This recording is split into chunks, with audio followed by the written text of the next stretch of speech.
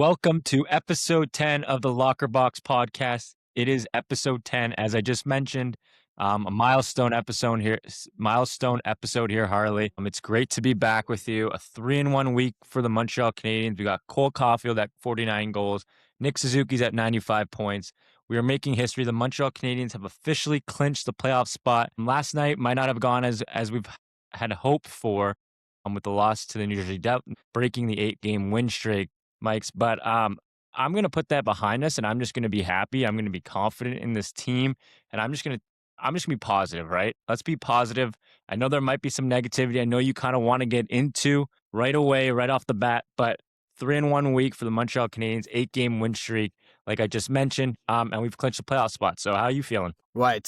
What did I say last episode? Don't ask me how I'm feeling if the Habs are on an 8-game win streak. And we saw that come to an end, as you mentioned. But White, how can you be pissed off at one loss after winning 8 in a row? The Habs are doing it, and they're not just doing it against bottom of the league teams. They're beating number 1 team in the NHL, top 2, top 3 teams in the East, at least, in Carolina, both games. Believe we sweep them.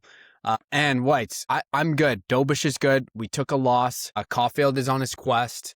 As you quickly touched on, I don't know if you want to bring that up, or do I want to bring it up? I mean, let's get right into it. Let's talk about journalism. it. Let's get the negativity out of the room. Let's talk about it. Let's look into it as what it is, and go ahead, Whites. Yeah, let's not bury the lead here, right? We'd be some pretty shitty journalists if we did. A clip came out last night after the Canadiens loss of Cole Caufield on the bench using some profanity to tell the crowd. I mean, it looks like, we don't know, but he did say shut up to the crowd or to whoever it was. So that's how the Twitter's perceiving it. That's how the fan base is perceiving it, as it was, because every time he did touch the puck, every time he was on the ice, the crowd was going wild for him, cheering Caufield. You could hear the woos, when he got the puck. Everyone was on the edge of their seats, as they should be. But what do you make of this? Is this something that you think it's frustration? Do you think it's negative for the team? How do you view this whole thing? White, I'm going to use one of your favorite words. This is an absolute nothing burger. Okay, let's put this behind us. He loves to have fans. I'm sure he'll probably get asked about it in the media.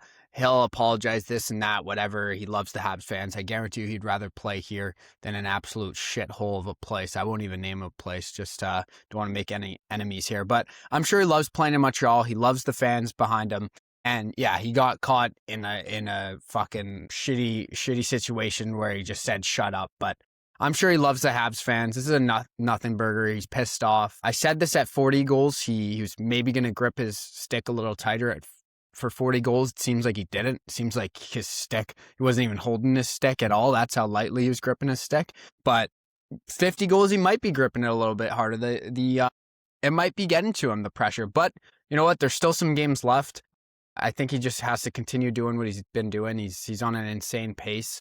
The whole stretch that the Habs are on, and relax. He's 2 games without a goal. Let's calm down, Habs fans. Habs fans tend to overreact to every little thing. Let's relax. He's emotional. I like it. I love that emotion. Talk about emotion, Whites. I have something else to bring up afterwards. Talk about emotion in Cole Caufield. You go. Tell me your take on this. No, I agree with you that it's somewhat of a nothing burger. You want the guy to care, and you could obviously tell that he wants to get that 50th goal, not only for himself, but for the team and the whole franchise and the history of the Montreal Canadiens. But watching those 2 games against New Jersey, I'd be lying if I said that it wasn't kind of affecting the team. And I think Marty even said something like after the game that he wishes he scored because the team can just move on. It's pretty obvious they're trying to find him. They're looking for him a little bit more. He's forcing things, not only him, but his line mates, anybody on the ice with him. So I hope he gets the goal as soon as possible. I hope he gets the goal in general. That way we can all move on and also celebrate an accomplishment that hasn't been done since 1989, 1990s. Yes, I agree. A nothing burger. Like, everyone gets frustrated in the games, but I think has been a distraction. But I would take this distraction every single year if it means we're having a guy score 49 goals, right? Yeah, so I think exactly as you said. It's a distraction. Like you said, you can tell they're trying to force it to Caufield, but we fucking clinched the playoffs, Whites. We are in the playoffs, and I cannot wait for playoff time. It cannot come soon enough. Yeah. I guess we put that behind us, right? We said our piece with it, but let's look forward. And another thing that happened yesterday was the Montreal Canadiens clinched the playoff spot, right? So I think the day off today on Monday is good for the team. I think it's good for Caufield the last few days. have been pretty emotional, like positive emotional, but also negative with the stress of scoring 50. But also, like I said, they clinched the playoff spot, so everyone's on a high. So if you thought the Canadiens were going to come out buzzing yesterday, you were sadly mistaken. It's a hangover, right? Like a clinching hangover, we'll call it, and we'll chalk it up. But we'll get more into to yesterday's game just a tad. Let's get right into the break to the weekly recap. Starting off on this past Tuesday, to kick things off, the Habs went into Tampa and made it look easy. A 4-1 win on the road. Okay, maybe not easy. Yeah, It was I a wouldn't say hard-fought easy. game. It was really a 2-1 game. We had Yeah. two empty net goals there, so one goal games. These are the type of games that I like the Habs playing. Yeah, and I thought, I mean, like I can even say to you, right? This was a game where it had the playoff feel to it. There was physicality. There was a lot of penalties. I think the Montreal Canadiens stayed very disciplined in the game. And what does it tell you about the Montreal Canadiens when they do go into Tampa on the road, a potential first round matchup, and they play the way they did? Dobesh played the way they did. It's hard to not be impressed with that game as a whole. What? It's like we're on the streak, we're rolling, and it's easy to not play well. We're in Tampa. Like when we're playing this well and going well, everyone's starting to think, when's it gonna end? It has to end at some point. And just to roll through Tampa the way we did, and not to say like that we rolled through them, right? It was a 2-1 game. It just shows that we're playoff ready. We're not just and this Mhm. year we're not just here to show up at the playoffs. We're here to make a run here. We're serious. We had our experience last year, and now we're ready to get down to business here. Yeah, I do think it was a statement game for the Canadiens. 2-1 win. 4-1 win with two empty netters. Caufield scored again. I loved Matheson's empty net goal from his own end. That was pretty nice. And like I And said, what? everyone's getting involved in the action. There was a lot of scrums. We're not going to get pushed around. A lot of people talk about the Montreal Canadiens. They're a small team. When they play teams that push, they don't push back. I think they pushed back quite well in that game. And I know we talk about Caufield this, Suzuki this, Whites. That's Slavkovsky's game right there. He gets the first one, then he makes that insane pass to Caufield. Like Whites, I just love this line. I love the whole team, but it just shows you that if one guy's not going, the other guy's going. If this and that, they feed off each other, and that's what makes them such a good line, right? They could do it in so many different ways. Yeah, I mean that was win 6 of the 8. Now on to game 7. We're gonna roll through these. We got some other stuff to talk about today. A 3-2 win in New York at the hands of the New York Rangers. I was there. I was in the building. I was present. And let me tell you, these Rangers fans do not like how many Montreal Canadiens fans were there. I was even before the game outside the arena. I went to a restaurant right there. You see the red, white, and blue Montreal Canadiens fans. You get into the rink, a lot of Canadiens fans. Where I was sitting was higher up, right? The guy next to me, he It's was Madison Square Garden. It's yeah, we were in expensive. Madison Square Garden. The guy next to me, like, it was a Saturday Night Live skit of what you would expect a New York fan to be like. The guy was standing the whole time. Every time he saw a Montreal Canadiens fan go to their seat, because we were there pretty early, he was like mother effing it. He was like, "Get these Habs fans out of here!" Like, no joke. I'm not even kidding. Every Did time he the have a New Canadiens, York accent? he had a New York accent. I'm not even gonna try to do it, Yeah, but I he had a want New you to York. give it a go. New York. I'm New from New York. York. Get these Get Habs these fans Habs out of fans here. out of here. Get them out of here. He was screaming at the Habs fans when Canadians fans were trying to start a like "Go Habs Go" chant. He would say "Go blow Habs blow." He was like screaming like "Enjoy your 2 games of playoffs." Like, I thought Rangers fans wanted to lose, but this guy was diehard. He was talking about tariffs. He was talking about everything, just trying to get Canadians in their heads. But he wasn't even like kidding. He was actually pissed. Like, I walked by him. He was like, "Oh, I had a Habs hat on." He was like, "Habs hat, get this out of here." Like, the guy he was actually rattled. I went down to the bathroom at one point. This nicer guy, he goes, "Oh, are you really a Habs fan?" I was like, "No, it's my first day. Look up Blocker Box podcast." No, Whites, that never happened. No, but he Whites, did say tell us the real story. he did say, "Are you a real Habs fan?" I said, "Yeah, I'm a real Habs fan." I actually said it's my first game. Actually, I just became a fan. I was kind of messing with the guy. And then I'm in the line for the bathroom. I'm not snooping or anything, but the guy in front of me, he had like extra large. You know when you can like increase the size of your iMessage text? So he had it on really, really big. So I wasn't even looking, but the first text I see like in passing was, "There's too many Habs fans here." So Montreal Canadiens fans travel well, like we know. We took over Madison Square Garden. The Big Apple was no longer the Big Apple. It was Montreal. Kudos to Habs fan for traveling well. We brought the energy, and not only did we bring the energy, but Cole Caulfield scored 2 goals. And his 49th goal, I think you could tell me if I'm wrong. I think that was his nicest, maybe his best goal of the 49. Whites, you know what? You got me speechless here because it very well could be, but man, this guy scores some nasty goals. I might have to give it to one on the goal line, but hey, it's all objective, and that's your favorite of the 49. I love Yeah, that. that was And my you were there to favorite. see, you were there to see it in person, so Mhm. it's a little extra right there. Yeah, Deminov had another assist. He was moving pretty nicely. Fuller played a hell of a game. He had some big stops. The Canadians, I wouldn't say played that well. They took a 2-0 lead, but I wanna mention that it was pretty, from my point of view, where I was at the game, it was pretty loosey goosey.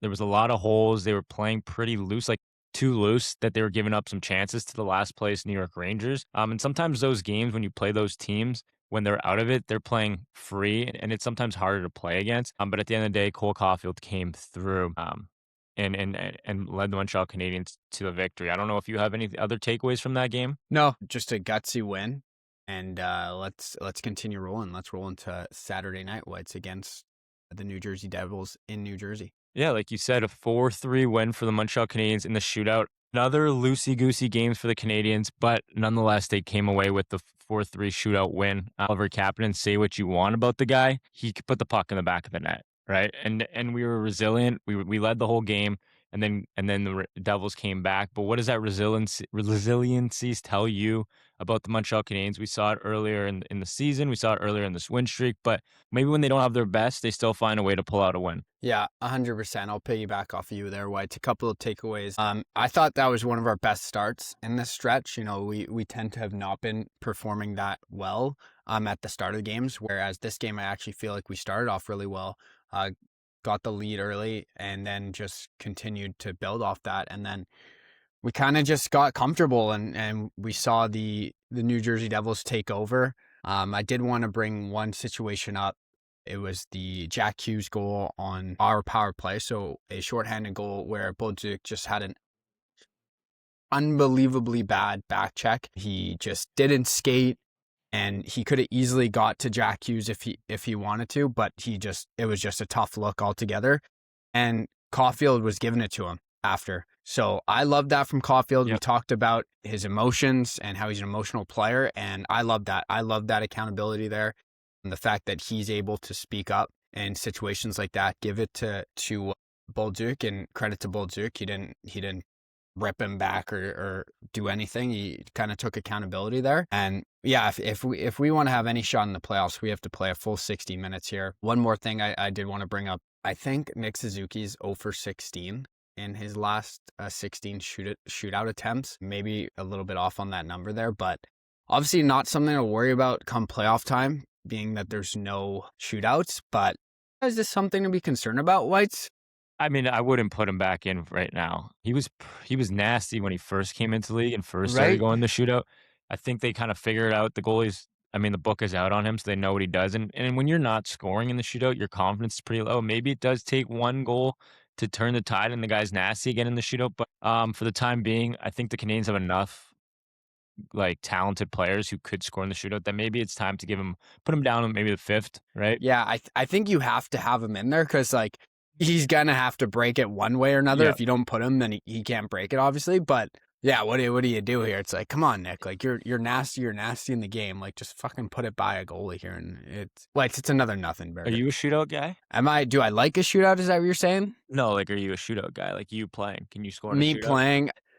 I didn't do many shootout attempts in my career. I was a big shootout guy in practice. Yeah. Felt like I was nasty there. Had my guy Logan Bateman, probably got the better of him in most of my career. But in real games, I can't even remember if I probably have done, but I don't remember it. But I do love a good breakaway. Everyone loves a good breakaway. All the pressure's on you. It's one-on-one versus the goalie. Not to say I like shootouts in the NHL, but yeah, I do love a good shootout to see the creativity of the players. This is a good topic for another day, but would you rather not the Canadians, would you rather the NHL switch it to 2-on-2 after the 5 minutes instead of a shootout? What? I don't think so. I think a shootout is more like hockey than a 2-on-2. What are we doing at that point? I think you're in the minority in that. I think Okay. maybe 7 minutes 3-on-3, I think there'll be a goal scored. I don't know, but I'm Yeah, not done with I the don't- shootout. But you're saying you rather 2-on-2 over a shootout? Yes. Okay. Well, you heard it here first on the Locker Box podcast. I'd rather 2-on-2. Ideally, I'd rather 3-on-3 for a little longer. I don't know if me too. NHL I be able don't to allow know. that. I just don't know about 2-on-2. That would love to see how that played out, but I'm also speaking as if before they moved to 3-on-3, I think everyone was like, "Oh, what's 3-on-3 going to be? It's going to be a horrible." Now, I think a lot of people like 3-on-3. I don't know about you. I love 3-on-3. The Exactly. Canadians are So pretty good in 3-on-3. who Honestly, I knows? think go ahead. No, I was just No, gonna no, this say was maybe something. Oh, I'm gonna be like I'm gonna change my mind in the future if they ever change to it. So I'm open to yeah, 2-on-2, but it's right okay. now I've it changed sounds my a little mind. foreign. I'm gonna change my mind in a later topic. Oh, Little okay, foreshadowing. Yep, change my okay, mind. can't wait for that. And we already touched on this a little bit before we got into the rest of the games, but a 3-0 loss last night, eight game win streak snapped. I'm gonna use my favorite word. It was a nothing burger. I tweeted it out after and during the game. The boys were emotionally hungover. Like I said earlier in the day, they clinched a playoff spot. Caufield's got this 50 goal chase. You're gonna lose eventually. Devils have been playing some pretty good hockey, so I'm gonna chalk this up as, hey, we went on a good run. We got to where we need to get to, but unfortunately, we lost the game. But we got 4 more games this week to look forward to. Today's an off day in Brossard, and I think it's a well-needed off day for the Montreal Canadiens. Do you have any takeaways from the game? We don't need to spend too much time on it, but I want to hear what you think. Yeah, just quickly, all good things come to an end. It's Mhm. nothing to be worried about. Just couldn't really get anything going offensively. It's especially tough to beat a team twice. I mean, that's Yeah. what you're gonna have to do in the playoffs. But so it's a good learning opportunity there. But it is tough to beat a team twice, 2 nights in a row. No excuse on being tired because it was back to back for both of us. But we're ending a long road trip. Just got back, so no really excuses there. Just Mhm. yeah, couldn't really get anything going. I think first 2 periods were especially bad, and then we kind of got some things going in the third. Cole had some chances, as we talked about. He wasn't too happy with the Shut up. results of those Shut up. chances. Yeah, it's a loss, and no worries. We claimed a spot, and we have some opportunities this week to recuperate and get those points and battle for first in the Atlantic. So you don't have any concern in a game where the Canadians lost. They looked dead. They looked like they didn't have it. They looked out of sorts. We're heading into playoffs in a few weeks. We're hoping not to make this a pattern of any sort. Do you have any kind of concern? I was seeing some people online like this is why they're not a contender, and I'm like, like Let's hit the yeah, brakes here. let's Let's hit the let's hit brakes. the brakes. Let's hold the gas. The Habs are fine. Like you're on an 8 game or winning streak, and we lost 1 game. Like you can't win them all. Jesus Christ! At what point? At what point are you gonna like just you're never gonna be satisfied? Like Yeah, come on, like get out of here. Get out of here, yeah. fucking Mike from Montreal. Yeah, and before we get into the next Mathieu. segment, I do want to just shout out Jacob Fowler. I think he's been getting more comfortable every game he's played. I'm sure he would have wanted maybe to. You were talking about it with me, the Cody Glass goal. Maybe he want to have that one back. But I think he looked even more calm in nets, and he has. He looks confident. There was a 2-on-1. I think we were shorthanded. Or no, we were on the power play. And they had a 2-on-1. And just the way he read the pass across, and he got right in front of the. I don't even know what the wording is. I'm not a goalie guy, but he was square to the shooter. He anticipated the pass, and in that play right there, I'm just like, this guy's ready. I don't think he's a starter. We've talked about this before. I think it's Dobesh's net to lose. We'll And I see how the and I rest of think his he games proved go. it. I think he proved it in these last games that he's played. Yeah, This guy, he's on a new level. I know he's been on really good runs before, but this is a totally, I would say it's a totally new Dobish. Like yeah, he's clear cut number one for me right clear now. cut. Yeah, and it'll be good for Fowler to have that experience just being in the environment of the playoffs.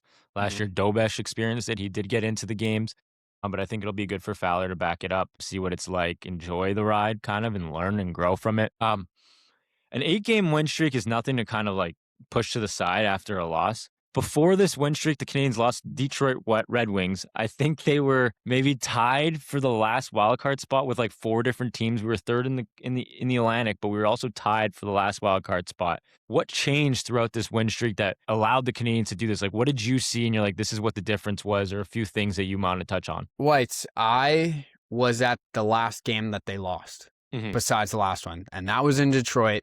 The Red Wings, and they lost to Detroit, and in that game, I kind of saw the same thing that I saw in the game versus the Devils last night. Not too much offense created, not a lot of energy, but I think what I did see throughout this run versus what I didn't see in that game versus Detroit and maybe last night, but I'm going to specifically talk about Dobish. Dobish in that game versus Detroit, he was very, very emotional. Anytime somebody got close to him, he was going a little bit nuts. Versus, I think in this 8 game stretch, let's take out the games where Fowler played, he's been super calm. Like he hasn't been a hothead like a lot of people say he is. A lot of people is in me, and he was a lot calmer. Like, I know when we had Pierce on, we talked about how they're completely different goalies, and when we think of Fowler, we think of a calm goaltender versus maybe a little bit of happy feet in Dobish. But I thought he completely been he hasn't been happy feet. I think he's been a lot calmer, and I Mhm. think that translated into the elite play that he's putting up for us. Yeah. No, I completely agree with you. I think the main things, and we've touched on this in the past, is the goaltending. But another thing we talked about is that D zone and how they haven't been able to kind of find their structure in it. Over these 8 games, we gave up, I think, like 1 or 2 goals every time, every one of the games, except one game we gave up 3 goals, and I think it was the last one against the Devils. So just their whole defensive structure, and their commitment to play defense, we're going to score goals, right? Like the Canadians are going to score a lot of goals. That's not going to be an issue. But what can be an issue is our commitment to defense and our goaltending. And I think those two things were the reason why the Montreal Canadiens were so successful. And do you think this is something that they can kind of keep riding into the playoffs? Like, did they peak too early, do you think? Or do you think the Canadians are right where they need to be heading into these playoffs? Well, they're right where they need to be. I'm not, like we said, we're not worried. They lost one game. They Mhm. lost one game. They rode an 8-game win streak. We're happy as Habs fans. Let's relax. We got the playoffs. We clinch a spot, and I'm excited for what the boys have to show for us when come playoff time. But I'm not worried about peaking and not peaking. And we're good. That's good. I mean that. I'm also saying that before we play these next 4 games that we talk about. If something happens and knock on wood over here that we look terrible and we go 0-4, hey, then maybe my mind might change. But right now, at this moment, it's all good in Habs land. I think we're fine. Yeah, and you look at the East, right? You got Carolina, who the Canadians took care of. I want to say they You took could say care it. of them. You could say that. Would be a threat in the playoffs, at least in the Eastern Conference. You got Tampa, you got Buffalo, and then you got the mushy middle, right? You got Boston, you got Ottawa, you got Philly. Whoever's going to get in there, you got Pennsylvania, Pennsylvania, you Oh, got Pittsburgh Penguins. I could confidently say the Canadians are a contender in the East, right? Like I think they're a contender in the East. They're going to have a tough first round matchup, whoever they play. It's not going to get easier from there, but the way they've been playing, the way they defend, they've been defending, their goaltending, their scoring, I think they're a contender in the East. What do you think? yeah. What? At this point, how can we not say they're a contender, or who's a contender in the East if it's not them? Right? We Mhm. beat the top teams in there, aside from Buffalo recently, but we've beaten Buffalo this season. But yeah, how can you not say we're contender if we're playing the way that we're playing? My question for you is, Whites, in this run, we've been, I'd say, relying on Dobis, especially at the start of games. Do you think that's going to be feasible in the playoffs? Relying on Dobis, especially at the start of games? I Because mean, we're giving up some big chances, and he's been closing the door on almost all of them. Is that feasible? if Dobesh is playing the way Dobesh has been playing, I think so. In the playoffs, a lot of the time, you do have a goalie that gets hot and they help ride a team. You get some clutch scoring. We're gonna need the power play to be better than it has been the last few games. But I think if our power play can get going, we can limit the chances as much as we can and keep the game close. And Dobesh can not stand on his head, but play well and play how he's been playing. I don't think it's an issue, and I think it's a good thing to have your goalie humming. The more shots you face sometimes as a goalie, he's feeling good right now, right? So heading Yeah. into the playoffs, let's let him continue to feel good. I don't think it's an issue. I'd like to see our starts better. They have been better. I think your starts against Carolina, no matter who you you're going to be behind the 8 ball. But I don't see it as an issue. I see it as a positive, right? Let's look Okay. in the positive. Today's Yeah. a positive episode, regardless of last game. I want Dobesh in the net, and I want him to be playing well, and that's what he's been doing. So I don't see it as an issue. Okay. Yeah, and I see that a little differently in different lens there, and that's Hmm. okay. That's why Well, this is how a do you see it? podcast. We can have different views. I see it as, you know what, right now it's fine. He's making these big saves. I'm thinking Dobish saves, but I think he's not gonna have that throughout every game in the playoffs. And I think we just need to limit our grade A chances that we give up. But if we can do that, I think we're golden. No, I agree. I agree. We talked about this a little bit earlier. Cole Caufield chasing 50 goals. He's got 49. As mentioned, Stéphane Richer in 89-90 was the last guy to score 50 goals. What does this mean for a franchise? Like, you've been a Montreal Canadiens fan your whole life. What does this mean to you? Like, bring out the fan in you. Like, how do you feel about this 49 goal season so far? Well, it's kind of like, this is blown out of proportion, but last year Ovi had the goal chase, right? Yeah. Right now, the Canadians have Cole Caulfield's 50 goal chase, and a lot of Habs fans weren't around for Stéphane Richer's 50 goals in 90. Me and you, we're giving out personal information. We're born in 99. We've been Habs fans since we were born. We never saw that. So yeah, we hear about our 24 Stanley Cups. We hear about all the great players that we have, but we never got to see it with our own eyes. What we're seeing day in and day out, game in, game out with Cole Caufield just scoring at an unbelievable rate. It literally, I'm at a loss for words. I'm just smiling every time I'm watching the TV. I see him smiling. And when I see him tell the Habs fans to shut up, I'll shut up. Cole Caufield, you tell me what to do and I'll do it.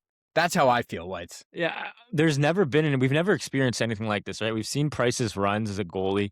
I'm winning the Art Ross, or not the Art Ross, winning the Hart and the Vezina. He didn't score any goals or get any points, but he won the Hart. He won the Vezina. But we've never experienced something like this from a goal scorer's standpoint or from a forward. Even like Suzuki's 95 points that he's going to get, he's on the hunt for 100 points. Like we've never experienced anything. So I'm just enjoying it. And like it is a first for us as a Habs fan. Of this modern generation Habs fans, like the newer ones like us, like we're in our 20s. We've never really experienced anything like this. But that leads me to think like Cole Caufield, right? Like the guy can score goals. He does defend pretty well. We saw against Jersey, like the guy could set players up. Where does he rank among the best wingers in the NHL? I think there's that top tier. I don't know if he's there yet. You look at Kirill Kaprizov. You look at who else you got? Well, I'm blanking on his name. Oh, David Pastrnak. But I'm going to give you some other names here, and you tell me, like, is he in this tier? Is he above this tier? Is he below this tier? Let's start with Jason Robertson. Where do you rank Caufield in comparison to Jason Robertson? I'm putting Caufield and Jason Robertson on the same tier. Okay. That's what I'm doing. Kyle Connor. Jesus, this is a tough game we're playing here. I'm going to put Cole Caufield slightly below Kyle Connor. Right. Okay. Yeah. Kyle Connor's got 36 goals this year, but that's fine for you. I would have him with Kyle Connor, Jason Robertson. I'm looking at that in the same tier, but let's keep it going here. Matt and the reason why I'm saying that, I'm just saying that on past performance from Kyle Connor. He's shown what he can do, and obviously Cole Caufield's having this unbelievable season, but I'm just kind of basing off of of the resume that Kyle Connor has. Okay, Matt Boldy. I'm just going down the points for right now left wings. I know Caufield's a right wing. We'll get into the right wings. Matt, who am I at? Matt Boldy. Matt Boldy, yeah, it's hard not to put him on the, like I want to say maybe a little bit above, but how can you? Like, I you know what? I'm changing on my mind. I'm putting Kyle Connor on the same thing as Caufield, and I'm putting Caufield on the same tier as Matt Boldy. How can you, Whites? With the pace that he's on, you just can't. Like, I feel people are going to call me stupid Habs fan. No. Like, look what he's doing. Yeah. Come on. And then after that, we got Panarin, Hagel, Raymond, Forsberg, Bratt. I think and then Slavkovsky. So I think that's the tier below. I think Caufield's right between like the Pasternoks, the Kaprizov, but he's around there with the Boldys, the Connors, the Hagel. Yeah. He's above Hagel, I think, in my mind. I would agree. And then we can go into the right wings where Caufield is. Caufield is third in points in the right wings. You got Kucherov, Pasternak, then Caufield. I think he's right below them, right? Right below. Doesn't mean he's not going to get there. Kucherov, I mean, he's on another level. He's not catching Kucherov. And then you got DeBrincat, Keller, Marner, Nylander, Rantanen. Who would you rather, Whites? Would you rather Mitch Marner or Cole Caufield? I'm taking Cole Caufield. Okay. He's a Habs man. He's been to the final, something Mitch Marner hasn't done. I do like Mitch Marner's game. It's not a time to shit on Mitch Marner, but I think Caufield's in that next tier, right? I think Rantanen's in that first tier. I think Caufield's still in that second tier, but I wouldn't put Mitch Marner in that first tier. So I think playing this little game, we kind of brainstormed it together, like seeing where Caufield is. I think he's in that second tier of top wingers in the NHL, and I'm happy he's a Montreal Canadian. I'm happy to see him play these last 5 games and see what he can do. Exactly, and that's you said it earlier. That's not to say he might not put himself into that first tier, but right now he's on that second tier, which we're very happy about. Yeah. Okay.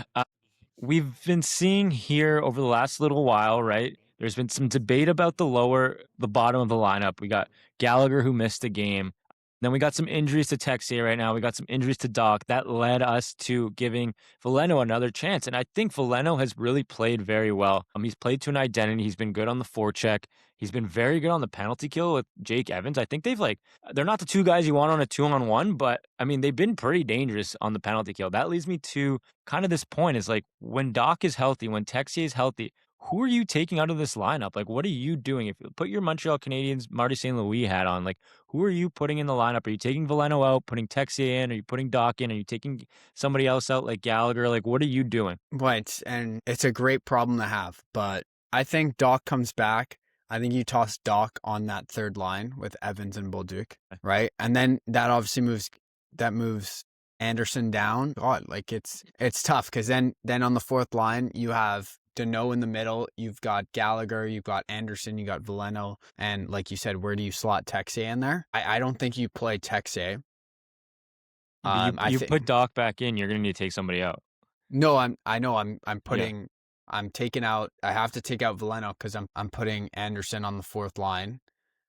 Um, and then on my third line, I got Evans, Bolduc, and Doc. So I'm Okay. taking out. I have to take out because you can't take out Anderson. I think No. he's very vital to our lineup. And Mhm. then we go back into that question: can you take out Gallagher? We talked about it on an earlier episode. I don't think you can. I don't think that's even a thought in Marty's head, especially going to playoffs. I think he plays a vital role in that Yeah. locker room. So I don't think you can take him out. Veleno's kind of the easy guy to take out there, despite him playing well recently. It's a good problem to have, but Whites, let's say, would you do the same thing? And that's if I'm putting Doc in, what are you doing with Texie if they're both back? This might be an unpopular opinion, and I don't think I would have said this a little bit earlier in the season. If they start losing in games, I'm okay with them shaking it up. But even if Doc is healthy and Texier is healthy, I'm keeping Veleno in the lineup for the time being. I think I've liked what he's brought. I don't want to mess up the feng shui, the mojo of the team. You love As that much word, as feng people shui. hate, That's your second favorite that's word, my aside second from favorite word. nothing.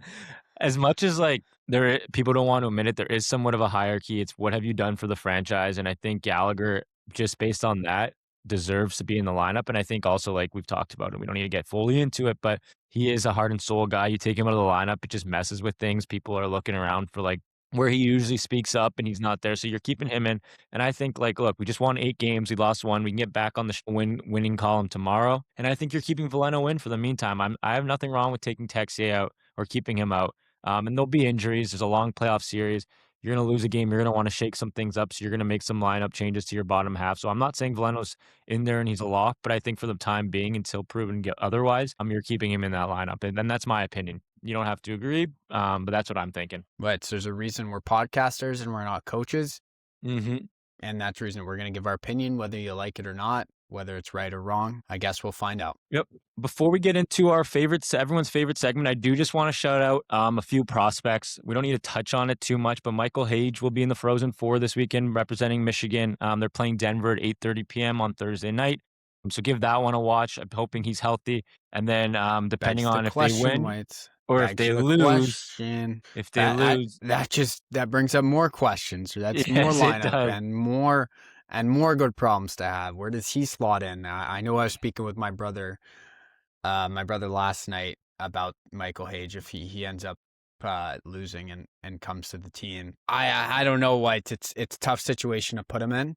Mm. Definitely not put him in over Kapanen for what he's done this season. He's not getting Kapanen's spot. Maybe toss him in the third line around there, or like I said, or maybe toss him In New York toss spot.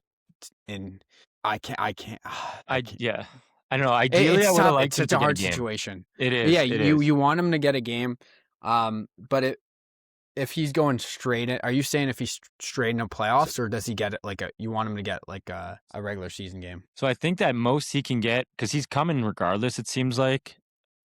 I believe the national championship game, I mean, you can look it up while I speak. I think it's on Yeah, Saturday. So he'll be on the Canadians. He'll only get one game, I'm pretty sure. If they lose Thursday, he can be there Saturday, Sunday, and then Tuesday. If they win, he's only getting Tuesday. So he is going to get a home game. I mean, regular season game if they do, in fact, want to play him. I think he's coming, right? I think we can't deny that. And look, if you look at my Twitter, if you talk to me, after watching the World Juniors, like I am so high on this guy. I just don't know if I could be completely wrong and he could be playing in the playoffs. But what Demidov did last playoffs, I don't think he's at that caliber, and he wasn't the difference maker we needed. He was good, but I don't think Hage is that. He is a little older, and I hate talking about things I don't know about. But I'm not putting him in. Am I wrong? Am I completely wrong? I just don't think it's fair to the guy, and I don't think he's gonna put us over the hump right now. I don't know. no, and I totally agree with you. I don't think you Okay. can put him in with the experience that he has, and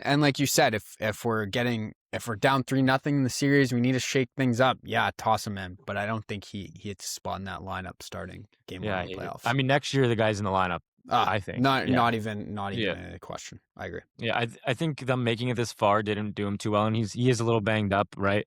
So we'll see. We'll see. We don't make the money. We don't make the decisions. And we could be dumb. We might not know what we're talking about. I love the guy. I can't wait for him to come. I just don't know right now is the time. But I do want him around the team. Another prospect, Bryce Pick. Do know about this guy. I'm a Habs fan. I have Okay. a Habs podcast here. I actually watched, I think the NHL posted this like a couple weeks ago.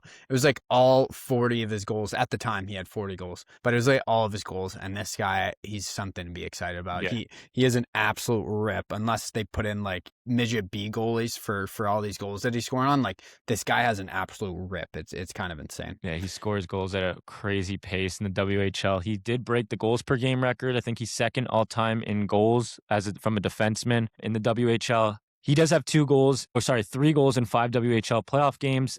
His Medicine Hat Tigers are now on to the second round. So keep an eye out for that. You got the Montreal Canadiens playoffs coming up, but you got some big time prospects. Even a guy who went in the 3rd round, I believe, he's coming.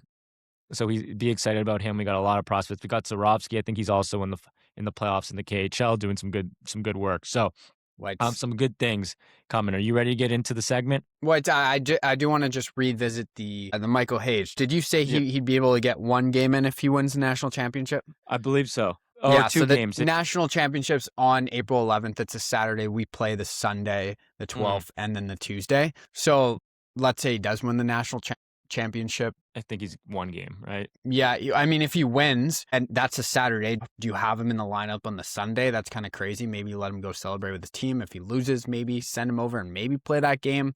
I don't know. But if he loses on the 9th, then he can play the 11th, 12th, and 14th. So yeah. And a big thing about it is just his health, right? Like, we don't know what his health is. We obviously know he's been dealing with something, so that's a major question mark, and that's going to have a big influence, I think, on what ends up happening with him. But nonetheless, a good problem to have. We love having good problems, and that's one of them. Cue the music, Michael's Tip Your Cap segment. I know you said you got one that I'm not going to be expecting, so I'm super excited for this one.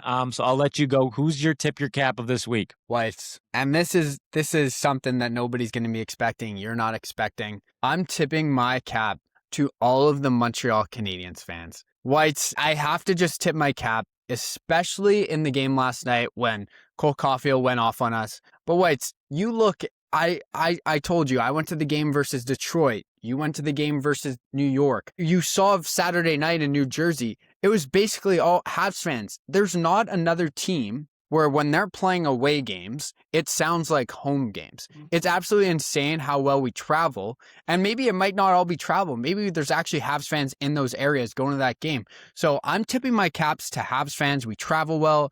We're just spread out throughout the whole world. And it's just, when I hear that Bell Center, when I hear that, and honestly, it might be better when I hear an opposing arena. You get the ole, you get the go Habs go, you get the loud cheers when a goal's scored in an away arena. It's like, oh my God, it kind of puts a smile on your face. You're like, oh my God, I'm part of like the greatest franchise in the world, the franchise.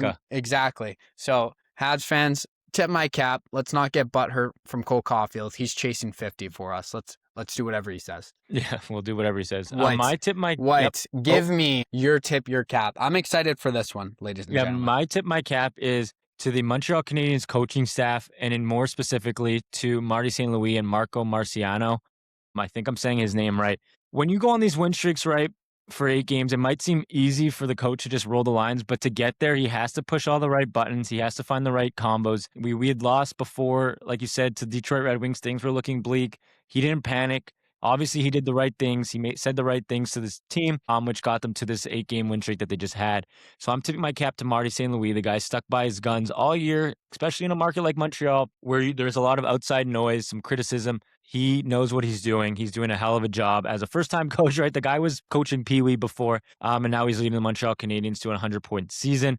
And then the other guy is Marco Marciano. I don't have the stats in front of me. I wish I did. I'm going to not tip my cap to myself for not having this, but the guy, since he took over the role, like Dobesh has been a different goalie. Since Fowler's been back, Fowler's been unreal. Our whole defensive game has changed because of our goaltending. So I'm going to tip my cap to him. Whatever you're doing, keep doing that. Marty St. Louis, keep doing what you're doing. I'm tipping my cap to you guys both. And let's both just tip our caps to the Montreal Canadiens as they clinched a playoff spot, 2nd straight season, and their 8-game win streak is over, but let's start a new one and let's get going before we get ready for playoffs. Why don't you tell me what we have ahead this week, what to look forward to? We got a 4-game week here, Tuesday against Florida, Thursday versus Tampa, another big one, right? We're chasing home ice advantage. We didn't even get into that, but we're chasing home ice. So a big one against Tampa. Saturday versus Columbus at home, and then Sunday on the road against the Islanders. So 4 more big games. Super excited to see what we got going this week. And thanks for joining us. Yeah. Thanks for joining us. This is a Locker Box podcast. Find us on all the platforms where you get your podcast, as well as YouTube if you want to see us. I don't know who would want to do that. We're not handsome fellas. Just kidding. And White's great episode. Let's go, Habs, go. Yeah, go Habs, go. Like, follow us, subscribe, like, anything helps, right? Any like helps, any subscription helps. And we're going to bring a lot of heat going into these playoffs, right? We're going to be on a little bit more, maybe some post-game stuff if we could stay up past 10:30. But thank you for listening, and go Habs, go, baby. Yeah, exactly. All right, go Habs, go.